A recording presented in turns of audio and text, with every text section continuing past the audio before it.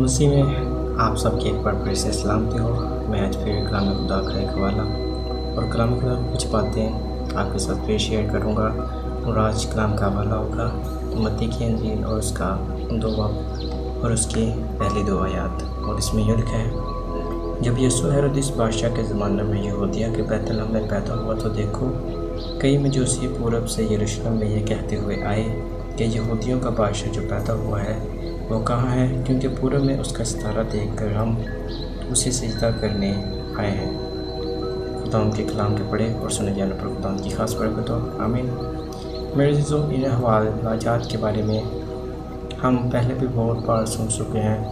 اور ہر سال کرسمس کے دنوں میں ان باتوں کو دوبارہ یاد بھی کیا جاتا ہے۔ اور آج کا کلام کا حوالہ جو یہ پڑھنے کا ایک مقصد ہے وہ یہ ہے کہ ہم دیکھیں کہ ہم جو یسوع مسیح کی اپنے نجات دہندے کی، یا ہم اس بادشاہی کی جس کے ہم منتظر ہیں، جس خداوند کے ہم آنے کے منتظر ہیں، ہم جو اس کی تلاش کو نکلے ہیں، تو دیکھیں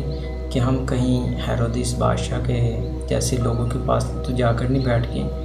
جو کہ مسیح کو ختم کرنا چاہتے ہیں، جو کہ اس بادشاہی کو جانتے تو ہیں لیکن اس کو قبول نہیں کر رہے،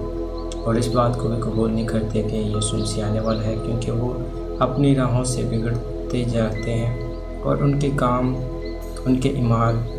کلام کے مطابق نہیں ہوتے، حالانکہ کلام کو جانتے ہیں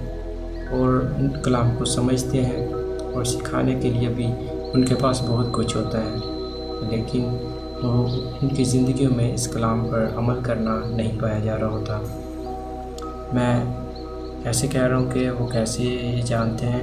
اس کے بارے میں 4 آیت میں لکھا ہوا ہے: اور اس نے قوم کے سب سردار کاہنوں اور فقیہوں کو جمع کر کے ان سے پوچھا کہ مسیح کی پیدائش کہاں ہونی چاہیے۔ اب اس جگہ پر آ کر اس کو پتہ چل گیا ہے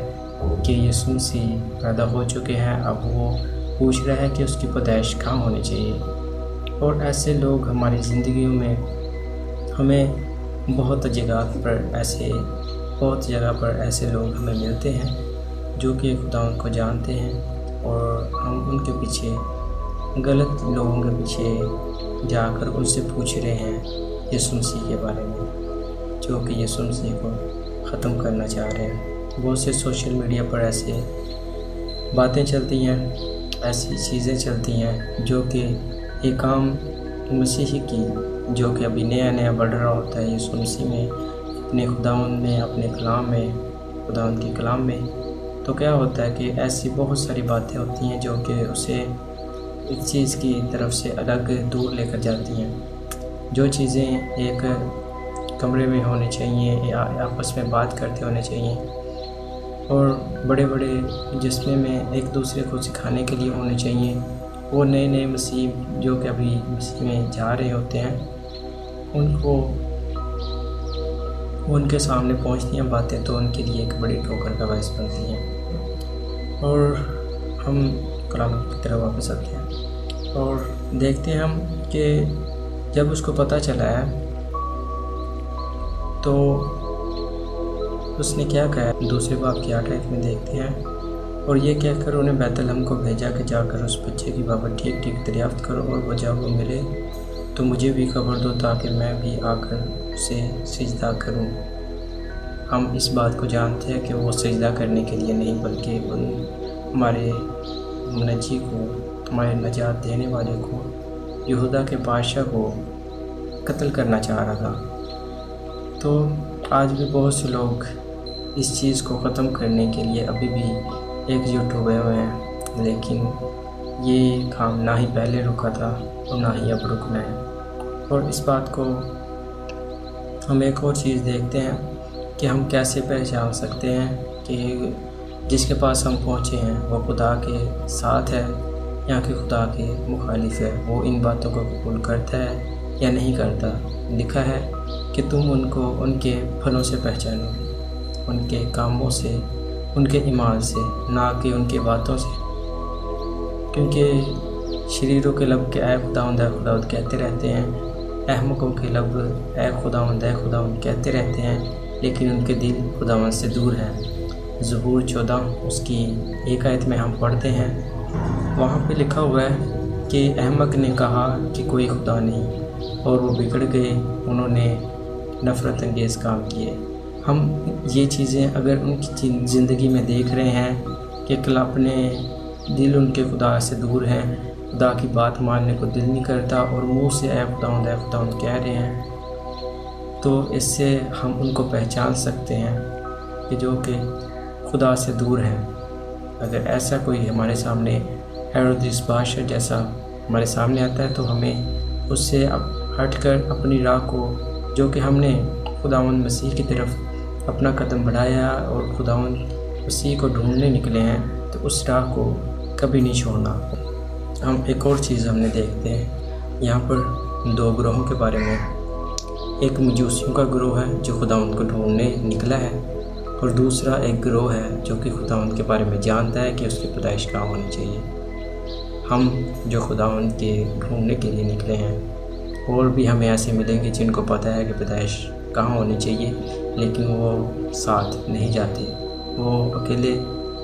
بس ان کو سب کچھ پتہ ہے۔ لکھا ہے کہ انہوں نے کیا جواب دیا ہے، فقیوں اور فریسیوں نے، جن کو انہوں نے یہ ہیرودیس بادشاہ نے بلایا ہے، انہوں نے یہ جواب دیا ہے کہ ان کو پتہ ہے اس چیز کا۔ ان کا جواب ہے کہ انہوں نے اس سے کہا یہودیہ کے بیت لحم میں، کیونکہ نبی کی معرفت یوں لکھا گیا ہے کہ اے بیت لحم یہودا کے علاقے، تو یہودا کے حاکموں میں ہرگز سب سے چھوٹا نہیں، کیونکہ تجھ میں سے ایک سردار نکلے گا جو میری امت اسرائیل کی غلبانی کرے گا۔ آمین۔ عزیزو، ان کو بھی پتہ ہے، فقیوں اور فریسیوں کو بھی، ایک گروہ فقیوں فریسیوں کا، ایک مجوسیوں کا۔ ہم ایک اس میں دیکھتے ہیں کہ ہم اس میں سے کیا ہیں، کیا ہم فقی فریسی بن کر بیٹھے ہوئے ہیں؟ لکھا گیا کہ وہ آگے جو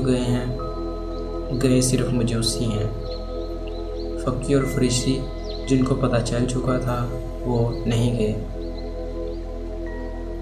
ہم نے دیکھنا ہے کہ کیا ہم نے بھی آگے جانا ہے۔ اس سارے واقعے کے بارے میں ہم بخوبی واقف ہیں اور جانتے بھی ہیں ان سبھی باتوں کو،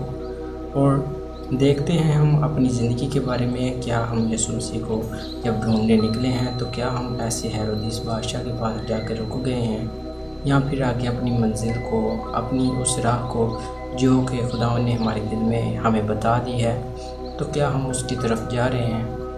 یا کہ ہم جب بادشاہ کے ساتھ ملے ہیں تو اس کی بات مان رہے ہیں۔